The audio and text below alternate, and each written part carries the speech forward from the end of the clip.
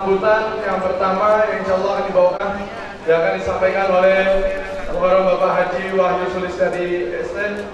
Kepada beliau waktu dan tempat kami persilakan dengan segala hormat.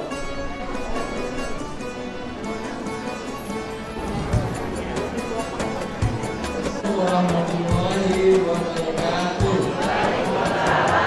Dan kita kekasih kita yang paling mulia antara para nabi dan rasul Muhammad Sallallahu Alaihi Wasallam, juga atas keluarganya dan para sahabat serta kepada orang-orang yang istiqomah mengikuti ajaran beliau dalam kebenaran dan ketaatan disampaikan dari hikmah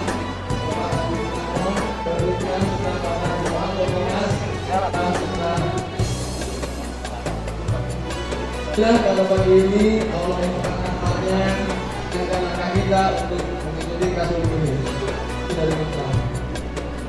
Terima kasih yang sebesar-besarnya kepada tim dari rumah yang telah mempersiapkan segala sesuatunya agar kasus di masjid kita ini bisa berjalan dengan baik. Dan dalam penyelenggaraannya kami mohon dibukakan pintu maaf yang sebesar-besarnya. Kedua, kami juga mohon dimaafkan bahwa acara Bazar UKM yang rencananya akan dilaksanakan setelah Porkomas ini tidak bisa kami laksanakan dan koordinasi bagi penyelenggaraan bazar tersebut. Insya Allah jika tidak adanya bazar kali ini tidak mengurangi kalian dapat hidup untuk ilmu yang insya Allah akan disampaikan oleh Al-Mukarram Ustadz Bapak Dr. Madrani Alisera. Dan Ketua Umum Porkomas yang akan disampaikan langsung oleh Al-Mukarram Bapak Haji waktu dan tempat kami persilakan.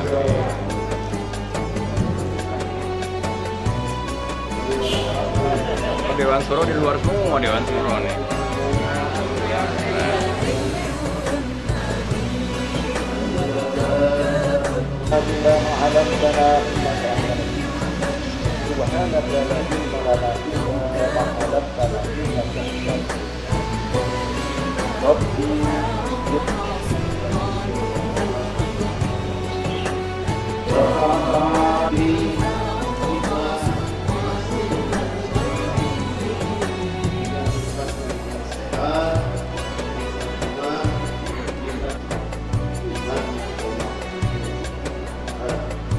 Tadi kita sama-sama telah melaksanakan sholat subuh berjamaah.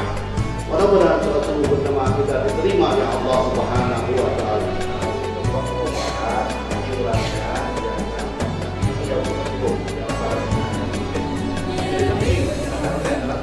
Demikian disampaikan mudah-mudahan menjadikan sesuatu yang catat. Demikian yang disampaikan.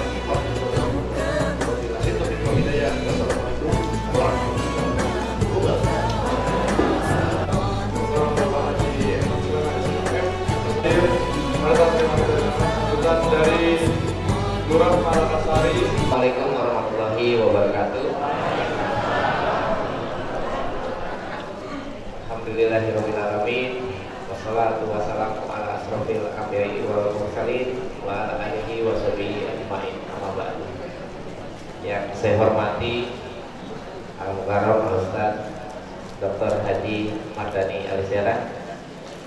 Yang saya hormati Ketua DMI Cabang Kecamatan Duren Sawit Bapak Tobri Hasan. Yang saya hormati Ketua Porkomas sekaligus Ketua DMI Ranting Lurah Makassari Bapak Haji Iman Sulaiman. Yang saya hormati Masjid Darul Nikmah Bapak Wahyu Sulistiadi. Yang saya hormati pembina pengawas Porkomas sesepuh di lingkungan Kelurahan Malakasari. Yang saya hormati para DKM Masjid Kelurahan Malakasari. Yang saya hormati para ketua RW, RFK, ketua RT, dan hajatkan dari Allah Subhanahu wa Ta'ala yang pada pagi hari ini kita masih diberikan ikat sehat sehingga dapat meluangkan waktu ya untuk menghadiri kegiatan subuh keliling Forkomas. Salawat dan salam marilah senantiasa kita sanjungkan pada junjungan kita Nabi besar Muhammad Sallallahu Alaihi Wasallam, pada keluarganya, para sahabatnya. Ya, insya Allah kita menjadi pengikutnya yang setia menjalankan sunnah-sunnahnya dan mengharap syafaat di yaumil akhir nanti. Amin ya rabbal alamin. Bapak Ibu hadirin yang berbahagia, saya mengapresiasi kegiatan subuh keliling ini yang setiap minggu jamaahnya semakin banyak, semakin ramai. Ini sebagai bukti keseriusan dari Forkomas membantu pemerintah dalam rangka membangun mental spiritual warga masyarakat, khususnya di Kelurahan Malakasari. Selanjutnya saya juga ingin sampaikan, kita masih di tengah pandemi COVID-19 ya. Walaupun pemerintah sudah memberikan relaksasi atau pelonggaran terkait penggunaan masker ya, tapi tetap dijaga. Ini jadi bagian kita dalam mencegah penyebaran COVID-19. Hal yang tak kalah penting yaitu saat ini kita sedang dibayang-bayangi wabah demam berdarah ya. Mungkin kemarin dengar di RW 5 ya sudah terjangkit, tapi sudah dilakukan melakukan fogging ya. Saya berharap dan mengingat kembali kepada Bapak Ibu sekalian untuk tetap mengedepankan pola bersih dan sehat di lingkungan rumahnya, untuk senantiasa melaksanakan gerakan 3M ya, menutup, menguras, mendaur ulang, dan kegiatan PSN lainnya sehingga tadi wabah demam berdarah tidak menyebar. Terakhir saya ingin sampaikan informasi dari PTSP Kecamatan Durensawit kepada para DKM Masjid Kelurahan Malakasari bahwa saat ini sedang ada program relaksasi pembuatan IEP ya, relaksasi pembuatan IEP ya. Jadi untuk ketentuan persyaratannya nanti bisa menghubungi langsung PTSP Kecamatan Durensawit ya. Karena dokumen izin mendirikan bangunan itu dokumen yang sangat penting juga. Di samping tahun lalu kita sudah melakukan program sertifikasi ya. Cuma sampai saat ini jujur kami sendiri dari kelurahan belum dapat informasi progresnya seperti apa dari BPN. Tapi terus kami pantau, mudah-mudahan kegiatan ini dapat berjalan sesuai dengan program yang sudah ditentukan. Begitu saya dari saya, kurang lebihnya mohon maaf. Bila taufiq wal hidayah. Assalamualaikum warahmatullahi wabarakatuh.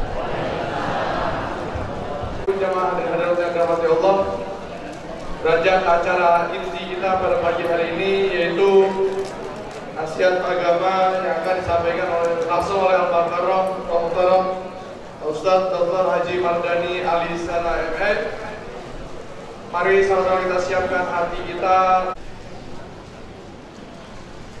Bismillah, Alhamdulillah, wassalatu wassalamu ala Rasulillah Muhammad ibn Abdillah wa ala alihi wa sahbihi wa man tabi'ahu wa mawala wa la hawla wa la quwwata illa billah, amma ba'd.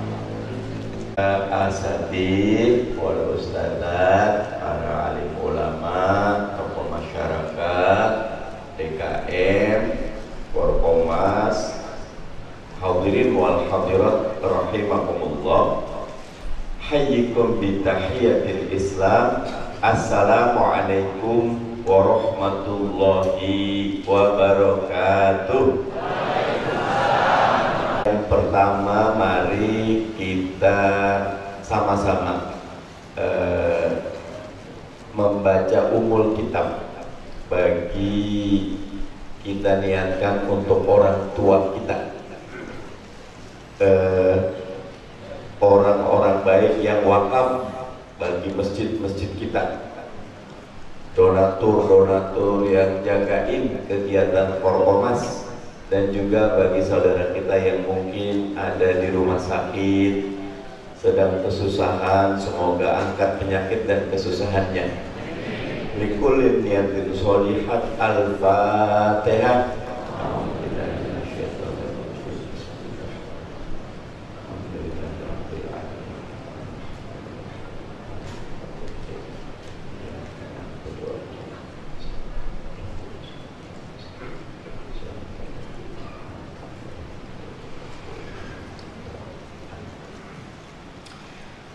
Hadirin wal hadirat rahimakumullah. Saya ingin mengangkat tema tentang membangun kekuatan budaya. Kalau kita lihat kehidupan masyarakat Arab sebelum baginda Nabi dengan setelah kedatangan baginda Nabi, ada 3 ciri utama yang dicatat para ahli sirah, sejarawan. Yang pertama, ajaran Islam yang dibawa baginda Nabi Muhammad Sallallahu Alaihi Wasallam itu amat menekankan tentang pendidikan dan pendidikan. Kalau kita lihat ayatnya banyak. Yang pertama kali turun ayat itu bukan perintah sholat, bukan perintah zakat, bukan perintah haji, bukan perintah jihad, tapi ayat tentang membaca. Fi'il amar bahkan Iqra, bacalah. Ibu, ini ibu penting sekali karena al-ummu madrasatul ula. Sekolah pertama itu ibu-ibu. Bapak-bapak juga penting karena yang bertanggung jawab dalam tarbiyatul aulad, pendidikan anak itu bapak-bapak. Kalau kita lihat dalam Al-Quran, itu kisah anak belajar di keluarga tidak diceritakan anak dengan ibu, tapi anak dengan ayah. Contohnya kisah Luqmanul Hakim, ketika beliau mengatakan la bunayya la tusyrik billah, itu bapaknya yang mengajarkan anaknya. Ketika Nabi Ismail berdialog dengan Nabi Ibrahim, ayahnya. Begitu juga dengan Nabi Zakaria, begitu juga dengan Nabi Ayub. Jadi para ulama tafsir mengatakan yang paling penting dalam pendidikan anak itu siapa Pak? Bu? Ayah. Tanggung jawabnya ayah, tapi pelaksana utamanya al-ummu madrasatul ula, ibu. Nah, Bu, Pak, ini penting. Islam itu datang yang pertama kali membawa api semangat pendidikan, ya. Karena itulah hadisnya jelas, ya. Thalabul ilmi fardhatun ala kulli muslim, wajib menuntut ilmu. Bahkan wala taqrabus sholat, jangan dekati sholat sampai kita sadar apa yang kita baca.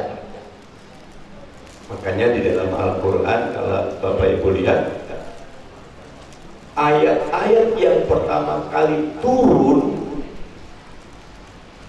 itu disebut surat Makkiyah yang turun di Mekah. Banyak sekali dimulai dengan pertanyaan. Salah satu ayat Makkiyah paling banyak itu ada di juz Amma, juz 30, juz yang biasa kita baca, kecuali surat An-Nasr.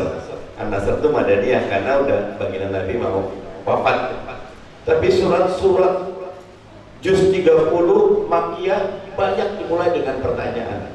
Contohnya, ara'aital ladzi yukadzibu bid-din, tahukah kalian orang yang mendustakan agama? Alam taro kaifa fa'ala rabbuka bi ashabil fil, tahukah? Hal ataka hadithul ghasyiyah.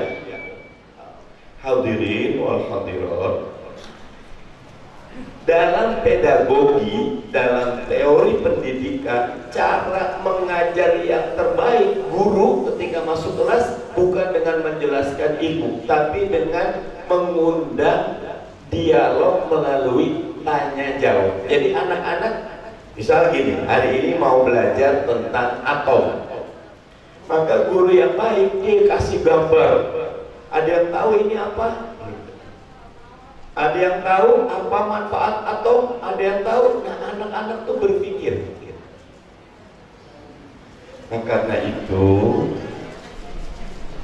tidak ada Islam kecuali ada budaya pendidikan. Ini ada Ustadz Eman dengan Forkomas. Rata-rata masjid di zaman baginda Nabi Muhammad Sallallahu Alaihi Wasallam dan para sahabatnya selalu ada institusi pendidikan. Ada yang pernah umroh ya? Kalau kita umroh tuh di tiang sini ada yang bahas waktu di Mekah atau di Madinah, Masjid Nabawi atau Masjidil Haram. Di sini ada yang bahas tafsir, di sini ada yang bahas sirah, di sini ada yang bahas tajwid, di sini ada qiraah. Karena tidak ada masjid yang kuat kecuali di masjid itu juga jadi pusat ilmu. Kalau kata Buya Hamka, satu orang ulama bisa menghasilkan 1000 masjid, tapi 1000 masjid belum tentu menghasilkan seorang ulama. Karena itu dalam forum ini, kalau kita punya uang, pikirin pendidikan. Kalau punya waktu, pikirin pendidikan. Kalau punya kesempatan, musyawarah, bangun pendidikan. Pendidikan, pendidikan, pendidikan. Yang bikin Amerika maju, yang bikin Jepang maju. Jepang itu sesudah dibom di Hiroshima dan Nagasaki tahun 45, pertanyaan pertama kaisarnya apa, Bapak Ibu? Berapa jumlah guru yang tersisa? Apa Pak? Berapa jumlah guru? Nah, karena itu bazar penting,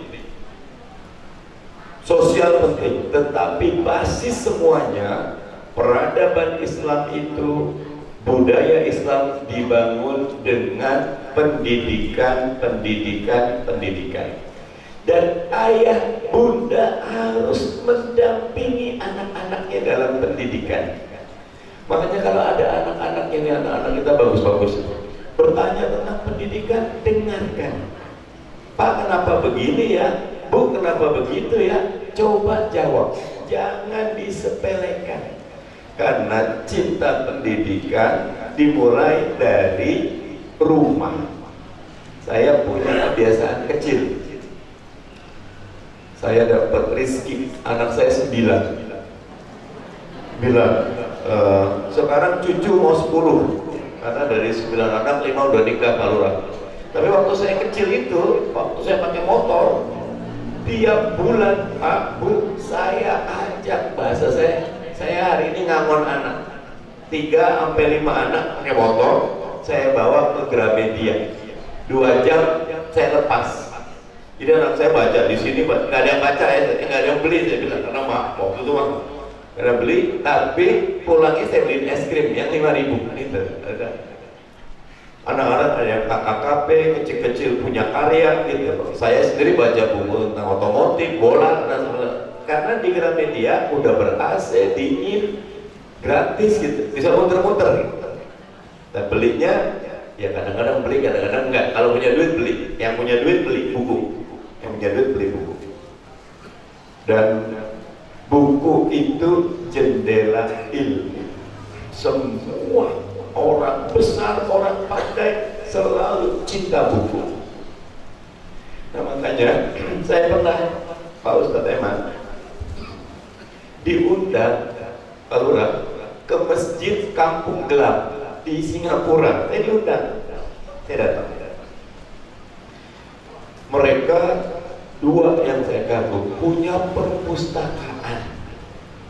Jadi ada ruangan khusus perpustakaan masjid. Jadi masjid yang baik. Kalau kemarin kan saya bahas ekonomi ya, ekonomi. Sekarang masjid yang baik, masjid yang punya perpustakaan. Bahkan beberapa perusahaan besar sekarang CSR-nya membangun, memasang wifi gratis untuk masjid, dibayarin mereka biar orang-orang bisa akses wifi. Mungkin nanti lihat macam-macam, tapi dengerin Quran pengajian aja lama-lama juga dekat. Jadi orang-orang yang pengen wifi gratis ke masjid, nah pelan-pelan nanti bisa diajak ke masjid masuk. Jadi punya perpustakaan, dan yang kedua mereka juga punya bimbingan konseling.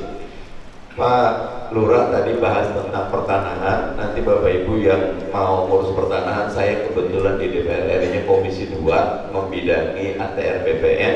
Saya dekat dengan Kepala BPN Jakarta Timur, Dharma. Nanti kalau itu kita jalan bareng. Saya ketokin pintu biar masyarakat khususnya yang diurus Forkomas, tapi ya biar kita itu nanti. Tapi balik lagi, salah satu yang besar juga kondisi di masyarakat kasus perceraian dan kasus konseling keluarga. Nah, di Masjid Kampung Gelap itu saya kagum, ada seminggu cuma 2 kali kayak dokter ahli. Itu bimbingan konseling gratis, tapi wajib daftar karena cuma 10 pasien bahasanya, dan itu mau tanya apa aja diberikan jawaban yang baik. Nah, nanti mungkin Pak Haji Eman, Forkomas kita DKM boleh tuh, nanti yang pengen minat untuk bimbingan konseling saya bisa bantuin, datengin ahlinya, nanti tiap masjid coba belajar. Jadi titik budaya Islam nomor 1 yang harus kita bangun adalah apa Bapak Ibu? Pendidikan, pendidikan, pendidikan. Punten, saya orang Betawi Pak Hakim, tapi dari awal ketika nyari istri saya cari orang Jawa. Karena orang Jawa itu prihatin, makanya namanya banyak Prihartono, Suprihatin. Tapi ada yang kelebihan orang Jawa, makannya boleh pakai garam, tapi namanya sekolah anak-anak nggak ada kompromi. Kalau orang Betawi prinsipnya biar tekor asal kesohor. Maaf ya kalau ada Betawi, seorang Betawi itu. Jadi bersyukur 9 anak saya kejaga karena istri saya emang jungkir balik. Istri saya itu paling hobi Bu belanja emas, bukan buat pamer. Jadi kalau sekolah kan mahal gitu. Untuk saya udah tenang tuh, karena kalau sekolah gelar kalau udah hilang gitu, udah penting sekolah anak sekolah gitu. Dan Bapak Ibu ternyata ada korelasi, sekolahan bagus memang mahal karena gurunya juga dapat penghasilan yang baik. Sekolahan yang bagus bisa kelihatan toiletnya rapi, tapi sekolahan yang biasa toiletnya padahal an-nadhafatu minal iman. Nah makanya Bapak Ibu, kalau dalam teori manajemen bahkan the best investment is human development. Investasi terbaik itu dalam bidang pembangunan manusia. Jangan pelit kalau buat pendidikan anak. Ada tabungan khusus buat anak kita. Misal gini, ini kan kalau di Jogja ada bagus tuh Taman Pintar. Saya suka. Saya pernah ke Taman Pintar. Jadi ada banyak, di kita juga banyak. Misal pokoknya kalau liburan jangan ke mall, tapi ke museum, kita lihat alam dan bintang, macam-macam banyak. Tetapi sekarang ini dengan internet semuanya bisa belajar, karena sumber perpustakaan terbesar di dunia sekarang namanya Google. Apa aja bisa kita tanya di Google. Itu nomor 1. Budaya Islam nomor 1, budaya pendidikan. Budaya nomor 2, ketika datang Islam, perbudakan ada di mana-mana. Baginda Nabi Muhammad Sallallahu Alaihi Wasallam memerangi perbudakan. Makanya dalam Quran, Inna akramakum indallahi atqakum. Tidak ada yang mulia itu yang Arab, tidak ada yang mulia itu yang keturunan bangsawan, tidak. Yang paling mulia, yang paling bertakwa. Hadirin, budaya kedua yang harus kita bangun, budaya namanya egaliter, rendah hati, menghargai orang-orang. Orang Jawa bagus, orang Batak bagus, orang Cina bagus, orang selama dia berlaku baik. minta maaf walaupun dia ahlul masjid. Di dalam Quran ada diceritakan. Tapi kalau dia tidak berlaku amal yang baik, kan dalam kisah Nabi ada suatu orang rajin ke masjid, rajin ibadah, tapi dia mengunci kucingnya sampai gak dapat makan. Apa kata Nabi? Masuk neraka. Kucing aja diperhatikan sama Nabi, apalagi manusia. Jadi poin 2, Bapak Ibu, hargai sesama manusia, selalu menghormati orang lain. Karena siapa ingin dihormati, maka hormati lebih dahulu. Siapa ingin didengar, maka dengarlah lebih dahulu. Siapa ingin ditolong, maka tolonglah lebih dahulu. Bahkan kalau dalam hadis, siapa menolong di dunia, maka ditolong Allah ketika tidak ada pertolongan kecuali yang datang dari Allah. Ini kayak bisa Pak Bu, saya pernah diundang sama Partai Buruh Australia. Mereka bikin konvensi nasional hari Ahad, acara jam 8 pagi. Di Australia itu Bu, kalau malam Ahad orang ngantri masuk bar, masuk pub. Kata teman saya ngajak foto, dan lihat dan ini orang ke neraka aja ngantri karena masuk bar kan. Jadi kalau pagi-pagi tuh keluar matanya merah. Kami keluar jam 7 dari hotel, jalan kaki nyari tempat pertemuan. Ketemu 3 anak muda, matanya merah, rambutnya jabrik. Tapi ketika kami tanya, do you know where the meeting point is? Kata-kata, Bapak Ibu, semaboknya mereka, semerah mata mereka nganterin kita. Tetap sopan, tetap santun, karena pelajaran di sekolahnya memang urusan sopan santun nomor 1. Bapak Ibu, nanti kalau ada kesempatan dan berkesempatan ke Jepang, saya pernah ke Jepang, ke stasiun, bingung nyari alamat, nanya satu orang tuh, orang ini yang ditanya maka langsung merasa bertanggung jawab. Dicariin Google Map, kalau nggak ketemu dicariin kepala stasiun, kalau nggak dicariin polisi minta dianterin. Betul-betul semua orang helpful, penolong. Baginda Nabi Muhammad Sallallahu Alaihi Wasallam pernah punya cerita. Ada orang Arab Badui datang ke Madinah, belanjanya banyak karena dulu kayak bazar gitu. Enggak tiap hari ada pasar, ada hari pasar. Pas belanja banyak, karena udah kesiangan, nggak ada porternya. Nabi lagi jalan, orang ini nggak kenal Nabi, bantuin. Nabi bawain, Nabi nggak tahu saya Nabi bawain. Sampai sahabat, ya Rasulullah, apa yang kamu lakukan? Oh ini, baru sadar yang diminta tolong ternyata baginda Nabi Muhammad Sallallahu Alaihi Wasallam. Nabi marah nggak? Enggak, Nabi nolong. Karena Nabi tahu siapa menolong di dunia akan ditolong di akhirat. Orang beriman itu orang yang paling banyak amalnya. Makanya dikatakan rumah yang paling berkah yang paling banyak tamunya. Motor yang paling berkah, motor yang paling banyak nolong orang. Mobil yang paling berkah, mobil yang paling banyak dipinjam orang. Jadi betul-betul budaya nomor 2 apa Pak? Egaliter. Egaliter itu bahasanya merakyat lah ya. Pokoknya banyak menolong, dekat, helpful. Itu makanya dalam hadis Nabi mengatakan, kalau kamu punya khodimah, pembantu, pastikan makanan pembantu sama dengan makanan yang kita. Nggak boleh kalau kita emang berasnya yang 12.000, pembantu yang berasnya 6.000, itu bukan pengikut baginda Nabi. Pengikut baginda Nabi, beras yang kita makan sama dengan beras yang dimakan oleh pembantu. Itu nomor 2. Terakhir nomor 3, hadirin. Nomor 1 apa tadi? Pendidikan. Nomor 2, egaliter. Egaliter itu jangan merasa tinggi, pokoknya sama aja semua. Orang itu dinilai dari amalnya. Yang ketiga, hadirin wal hadirat rahimakumullah, kekuatan budaya kita sangat tergantung kepada kekuatan ekonomi kita. Makanya susah orang mikir pendidikan, susah nolong orang kalau dirinya sendiri tidak cukup.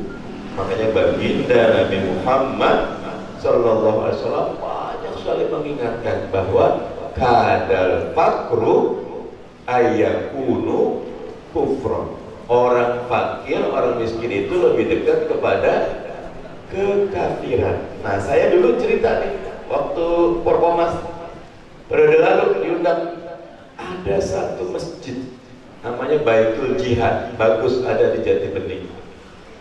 Masjid komplek itu sekelilingnya banyak orang Betawi, orang kampung. Nah, rata-rata orang kampung itu punya masalah dengan bangke. Apa bangke, Bang? Bangke ini rentenir, minjem 500, dapetnya 400, bayarnya 800. Waduh, udah di banyak tempat itu bangke ini betul-betul merusak. Nah, masjid itu sedih. Rata-rata yang kena itu yang bantuin orang komplek. Nah, pengurus masjidnya kumpul, kita bikin Baitul Mal wa Tamwil, BMT. Di Masjid Baitul Jihad itu ada BMT nya. Kumpul 50 juta rupiah, sekarang sudah 2 miliar asetnya. Tugasnya tadi, yang tadinya pinjam ke bank keliling, balik sekarang pinjam ke BMT, nggak pakai bunga.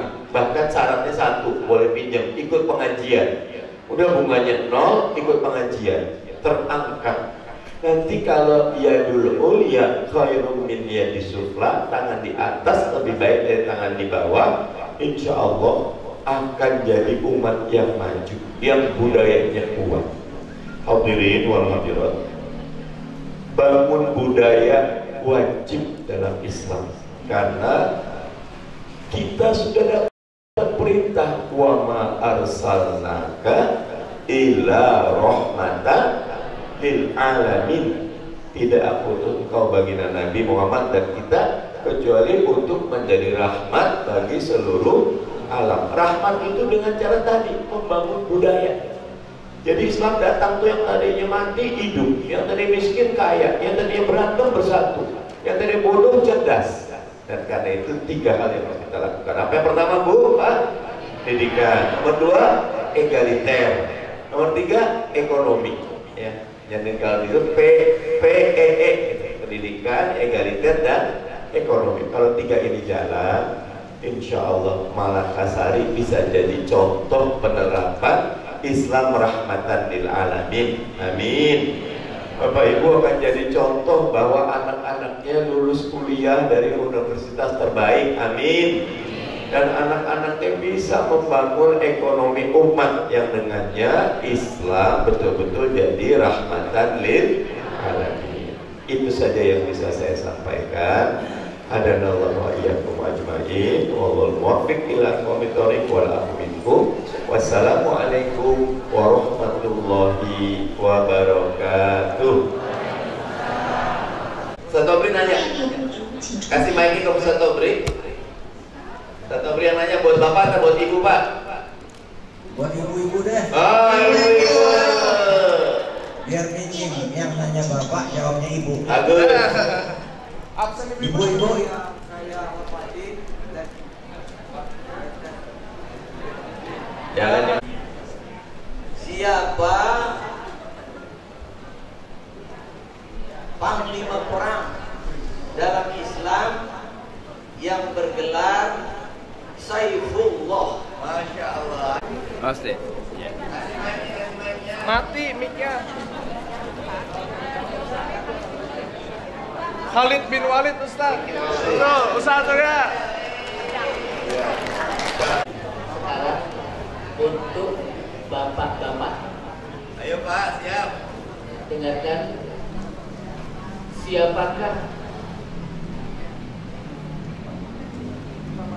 siapakah konglomerat yang mampu untuk menandingi ekonomi orang-orang Yahudi di zaman Rasulullah SAW. Masya Dan Allah. konglomerat ini termasuk orang yang 10 dijamin masuk surga. Masya Allah. Ustaz yang pilih dah yang mana? tadi yang begini-begini. Silakan. Lihat. Bapak ini belakang, Pak. Ini belakang tuh. Ya ini Bapak ini Pak. Abdurrahman bin Auf. Betul, radhiyallahu anhu. Betul, Pak Jamin. Maksudnya Pak Haji Jamil dikasih. Pak Haji Jamil, hadiahnya. Absen sampai mana? Ada door prize masih banyak lagi. Absennya mana? Kita kocok absen.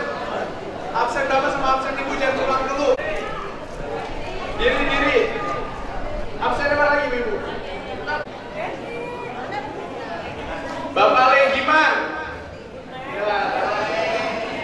Ibu-ibu di belakang udah Pak Lenggiman. Udah.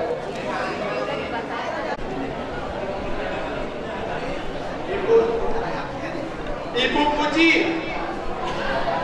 Ibu Puji Ernest RW 3 53. Ya. Ibu lagi kita.